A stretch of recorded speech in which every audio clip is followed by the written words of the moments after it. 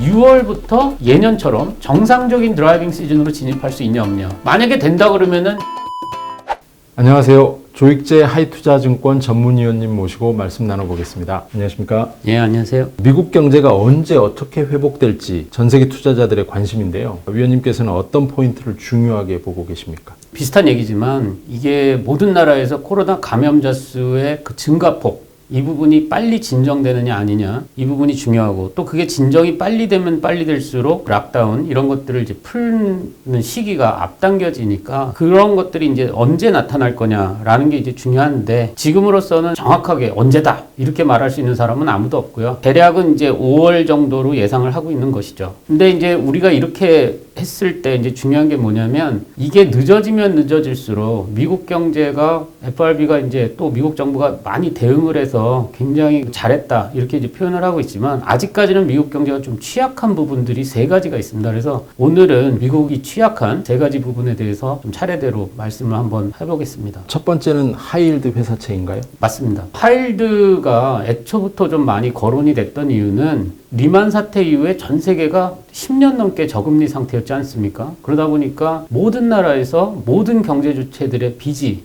소위 말하는 부채가 늘어났는데, 특히 미국 같은 경우에는 기업들의 부채가 미국 역사상 최고치입니다. 그래서 기업들의 많은 부채가 과연 부실화되지 않을까 하는 이제 우려가 많았고, 그래서 이제 하이힐드 시장에 대한 염려가 굉장히 컸던 거죠. 그리고 리만 사태 때 그 어마어마한 난리가 났던 게 모기지 채권을 베이스로 한 파생 상품들이 문제였지 않습니까? 근데 이번에도 이 하이힐드를 기반으로 하는 이 CLO라는 이제 파생 상품이 있는 상황이에요. 그래서 이런 것들이 부실화되면 이제 리만 사태와 같은 규모가 큰 금융위기가 오지 않을까, 이런 두려움이 있었죠. 근데 시장에서는 좀 생각보다 이 부분을 그렇게까지 우려하지 않았던 이유는 뭐냐면, 하이힐드 채권에서 이제 만기가 도래하는 게, 특히 올해 도래하는 게 30억 달러가 안 됩니다. 그래서 이거 좀 뭐 생각보단 그렇게 대단한 문제는 아니지 않을까 이렇게 좀 생각을 했는데, 타락천사라는 문제가 좀 있었어요. 정확히 말씀드리면 뭐냐면, 채권은 크게 보면은 투자 등급이 있고 그 다음에 이제 투기 등급 하이힐드가 있는데요. 근데 투자 등급의 맨 아래 등급이 트리플 B 등급입니다. B가 이제 3개라고 해서 트리플 B라고 하는데요. 거기서 이제 한 단계 더 강등이 되면 바로 이제 투기 등급이 되는 거죠. 근데 이게 왜 걱정거리가 많았냐면, 연준이 처음부터 투자 등급 회사채는 사주겠다라고 선언을 했습니다. 근데 이제 하이힐드는 산다라는 얘기를 안 했어요. 근데 트리플 B에 있는 채권은 사줄 수가 있는데, 얘가 만약에 등급이 강등되면 연준도 이제 손을 쓸 수가 없는 채권이 돼버리지 않습니까? 그래서 걱정이 많았는데, 이게 재밌는 거는 미국의 투자 등급의 전체 채권에서 트리플 B가 차지하는 게 무려 절반이 넘습니다. 그래서 그 규모가 너무나 크니까 여기서 자꾸 강등된 또 채권들이 많이 나오니까 이 시장이 걱정이 많았던 건데, 폴른 엔젤까지도 연준이 사주겠다라고 선언을 했기 때문에 이제는 이제 이조차도 걱정이 많이 덜어진 그런 셈입니다. 그럼 기업어음 CP 상황은 어떻습니까? CP도 굉장히 심각했습니다.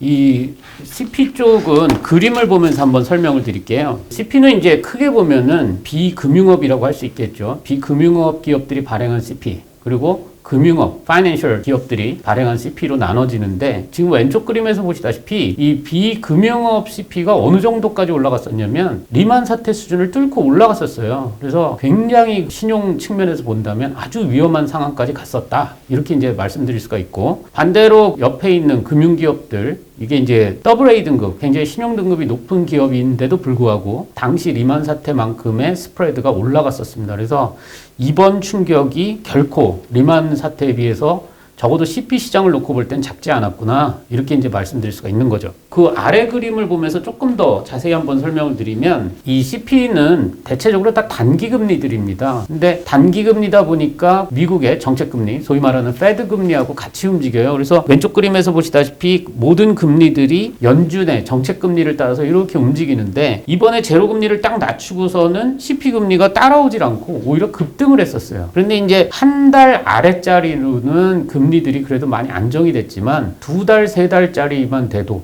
만기가 조금만 길어도 금리가 안정이 안 됐어요. 이게 무슨 뜻이냐면, 어떤 사람이 나 돈 빌려줘 하는데 한 달 안에 갚을게 하면은 돈을 빌려주는데 2달, 3달 안에 갚을 게만 해도 돈을 안 빌려줬다는 얘기입니다. 그만큼 아주 극단적인 위험 회피 상황이었다는 걸 뜻하죠. 근데 이번에 이제 14일부터 연준이 CP 매입에 들어간다라는 것을 다들 알고 있기 때문에 최근에는 CP 금리가 많이 내려왔어요. 근데 하나 걱정되는 거는 가운데 있는 그림은 AA 등급보다 좀 신용 등급이 조금 더 낮은 A2P2 CP 금리인데 이 부분도 보시면은 만기가 조금 긴 3개월짜리는 금리가 잘 안 내려와요. 아직까지도. 그리고 더 걱정되는 건 그 옆에 있는 금융업 AA 등급 신용 등급이 높은 애들인데도 얘네들은 아직도 잘 안 내려오고 있다. 그래서 이게 CP 시장이 완연하게 신용 경색이 완화됐다. 이렇게 좀 표현하긴 좀 그렇고 요런 몇 가지 부분에서는 아직까지 위험이 좀 남아있구나. 이렇게 좀 생각이 됩니다. 두 번째 위크 포인트로 뽑으신 거는 모기지 채권 MBS인가요? 그렇죠. 리만 사태 때 주범이 바로 요 MBS였지 않습니까? 모기지 채권인데 모기지 채권은 크게 나눠서 보면은 주거용과 그리고 이제 상업용으로 나눌 수가 있는데요. 그림에서 이제 보시면은 주거용 MBS는 급등했다가 바로 안정이 됐어요. 왼쪽 그림에서 보시다시피 이제 주거용 모기지 금리 미국에서 가장 많이 쓰는 건 이제 고정 30년짜리인데 금리가 급등했다가 바로 원위치가 됐습니다. 그래서 요번에 주거용 모기지 채권만큼은 별 문제가 안 될 거다. 이렇게 좀 생각이 되는데 문제는 이제 상업용 모기지 시장입니다. 상업용 모기지는 줄여서 CMBS라고 말을 하는데요. 요번에 이제 스프레드를 보면 리만 사태 때에 비해서는 굉장히 조금 올라왔지만 주거용 MBS가 바로 안정된 것과는 달리 얘는 잘 안정이 안 되고 있어요. 그 오른쪽 그림에서 보시다시피 상업용 모기지 금리가 급등했다가 조금 내려왔지만은 급등하기 이전 수준만큼은 잘 안 내려오고 있지 않습니까? 그래서 상업용 모기지 시장이 조금은 더 악화된 것 같다. 이렇게 좀 볼 수가 있어요. 근데 이 부분하고 이제 하나 더 추가해서 얘기한다면 주거용 모기지는 미국의 주택 시장하고 이제 많이 연결이 돼 있는데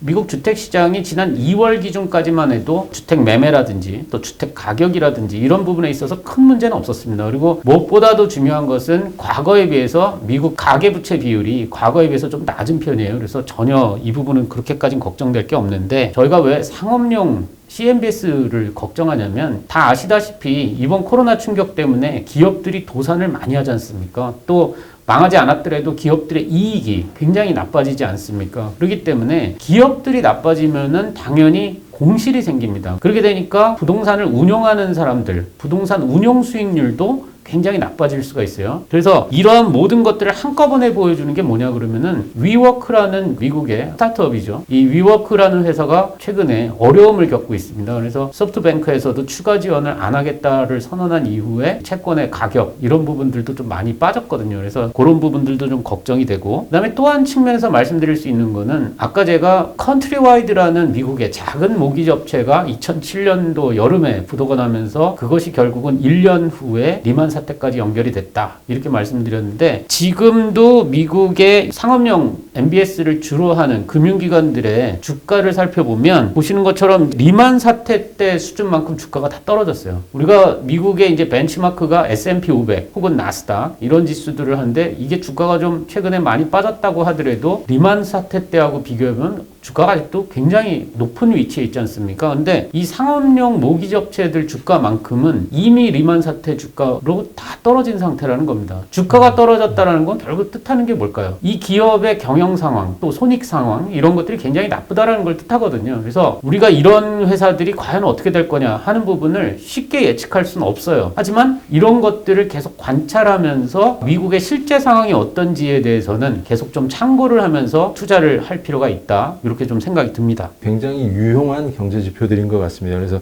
계속 투자자라면 유념해서 지켜봐야 될 그런 포인트인 것 같고요. 네. 미국 경제의 위크 포인트로 꼽으실 수 있는 거는 유가인가요? 그렇죠. 유가가 사실 잘 아시다시피 이제 코로나가 터지면서 수요 충격과 공급 충격 양쪽에서 터졌습니다. 수요 충격은 잘 아시는 것처럼 이제 모든 비행기들이 다 멈춰서 있는 상태, 또 사람들의 이동이 또 안 되다 보니까 이 자동차 이런 것들도 가솔린 수요 이런 것까지도 다 이제 멈춰져 있는 상태죠. 그래서 엄청난 수요 충격이 터졌어요. 그 수요 충격이 얼마만큼 크냐라는 거에 대해서는 지금 이제 일반적으로 추정하기로는 하루에 2천만 배럴 정도의 수요가 평상시 때보다 감소했다. 이렇게 이제 보고 있는데 공급 충격이라는 건 뭐냐면 수요가 감소를 했는데도 불구하고 얼마 전까지만 해도 사우디가 증산을 하겠다라고 했었습니다. 그래서 유가가 이제 바로 30달러를 뚫고 내려오는 아주 큰 충격이 있었죠. 근데 이러한 충격이 터지자마자 이제 각국들이 공조를 통해서 감산을 했죠. 그래서 오펙 플러스 회의에서 이제 최종적으로는 한 970만 배럴 정도 감산을 했는데, 아까도 말씀드렸지만 수요는 2천만 배럴이 없어졌는데 공급을 줄인 부분은 1,000만 배럴 정도밖에 안 되니까 일간으로 한 1,000만 배럴의 공급 과잉이 존재한다라고 생각이 들고, 또 그것 때문에 이제 유가가 20달러마저 깨버리는 그런 이제 충격이 터진 거죠. 사실 이렇게 이제 유가가 나빠지게 되면 왜 이것이 이제 미국한테 취약한 부분으로 작용을 하냐면, 사실 많은 사람들이 아직까지도 전 세계 원유 생산의 1위 국가가 사우디아라비아라고 생각하지만 사실은 미국이 1위입니다. 그만큼 사실 미국은 엄밀하게 따지면 일종의 산유국이 되었다, 이렇게 이제 말할 수가 있는데요. 근데 이제 그러다 보니까 이 미국도 이제 WTI 유가가 하락을 하게 되면 그 원유를 생산하는 이제 셰일 업체들이 굉장히 경영난이 가중이 됩니다. 그래서 이 부분이 문제가 있는데, 일단 그것을 말씀드리기 전에 제가 가장 중요하게 생각하는 부분을 먼저 좀 말씀을 드릴게요. 우리가 이제 유가가 수요와 공급상으로 균형을 이뤘냐 안 이뤘냐 한다고를 직접적으로 측정할 수 있는 지표는 결국은 재고입니다. 그죠? 만약에 수요가 많고 공급이 적으면 그만큼 이제 재고는 없어질 것이고, 또 반대로 수요는 없는데 공급이 계속 늘어나면 재고가 늘어날 것이니까 이 재고가 어느 방향으로 가느냐라는 거를 정확하게 보는 게 굉장히 중요한데, 이 미국의 재고는 계절성이 굉장히 강해요. 계절성이라는 건 뭐냐면 어떤 시기에 특정하게 움직이는 경향들을 뜻합니다.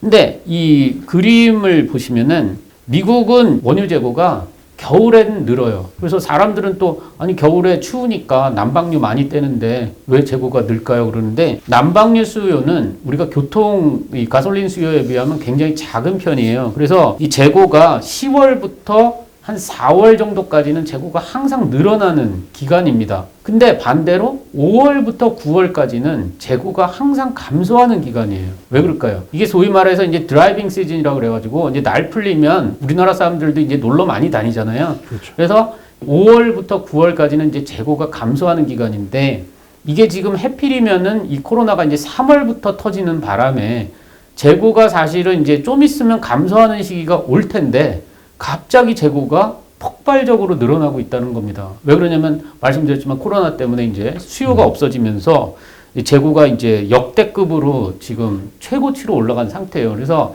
지금 관건은 뭐냐면 코로나가 5월 정도까지 좀 진정이 돼서 6월부터 예년처럼 정상적인 드라이빙 시즌으로 진입할 수 있냐 없냐.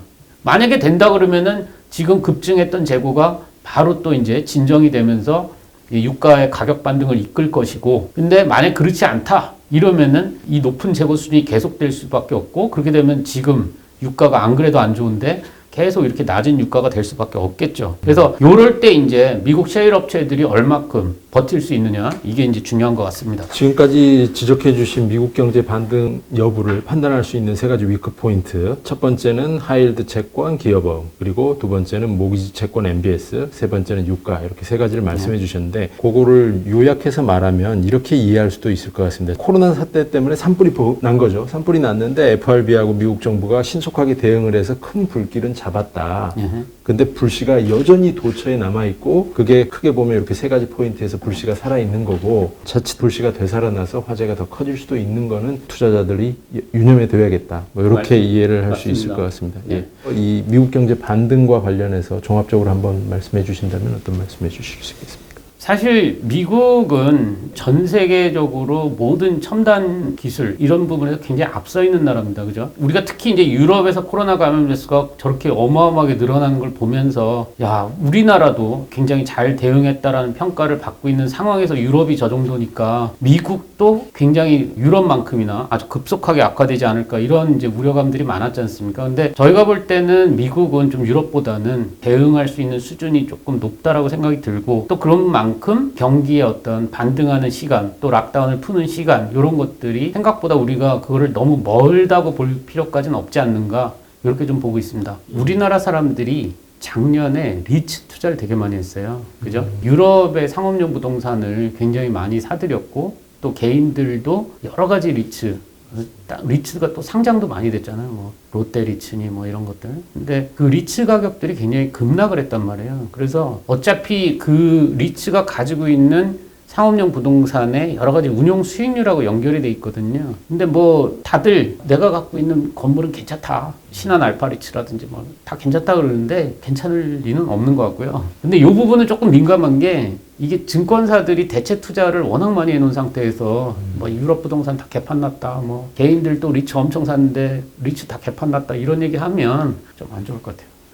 그러니까 그게 막바지 구간이 아까도 말씀드렸지만 5월, 6월 여기서 그러니까 특히 지금 우리가 ETF 중에 좀 미국 리츠 투자하는 ETF라든지 이런 것들이 굉장히 많지 않습니까? 근데 저는 개인적으로 조금 확인하고 사도 늦지 않다. 이렇게 저 보는 입장이에요. 오히려 리츠는 양면성이 있어가지고 리츠는 경기에도 반응하는데 금리에도 반응을 해요. 쉽게 얘기하면 경기가 좋을 때도 좋고 금리가 지금처럼 막 떨어질 때도 그만큼 저금리 효과를 보는 자산이기 때문에 양면성을 갖고 있어요. 근데 지금 같은 경우에는 저금리보다도 경기가 나쁜 부분이 더 압도적이니까 안 좋다는 거예요. 근데 조금 지나면 코로나가 진정이 되면 경기가 살아나는 부분은 당연히 이제 플러스로 작용하는데 지금 이 어마어마한 저금리의 또 수혜를 그대로 이제 받을 수가 있으니까 좋은데 조금 매수 시점을 너무 공격적으로 보시지 말라는 얘기예요. 뭐 신한 알파리츠가 무슨 건물 갖고 있고 이지스코 크랩 그런 것들은 다 나와요. 근데 내용면에서는 롯데리츠 같은 경우는 이렇게 보시면 돼요. 리츠는 섹터가 있어요. 지금까지 미국에서 가장 좋았던 리츠가 뭐냐면 데이터 센터 그리고 이제 물류가 워낙 많으니까 웨어하우스 창고 부분 이 두 개는 되게 좋았어요. 그런데 리테일 관련된 리츠는 다 개판이 났어요. 그러니까 롯데리츠가 대표적이에요. 백화점 뭐 이런 데가 지금 되겠냐고요. 앞으로도 비전도 없고 다들 온라인으로 쇼핑하고 이러지 누가 뭐 하겠어요. 그러니까 리테일 관련 리츠는 아무리 빠져도 사지 말자 이거예요. 그래서 그걸 구별하시면서 하셔야 돼요. 지금까지 조익재 하이투자증권 전문위원님 모시고 말씀 나눴습니다. 감사합니다.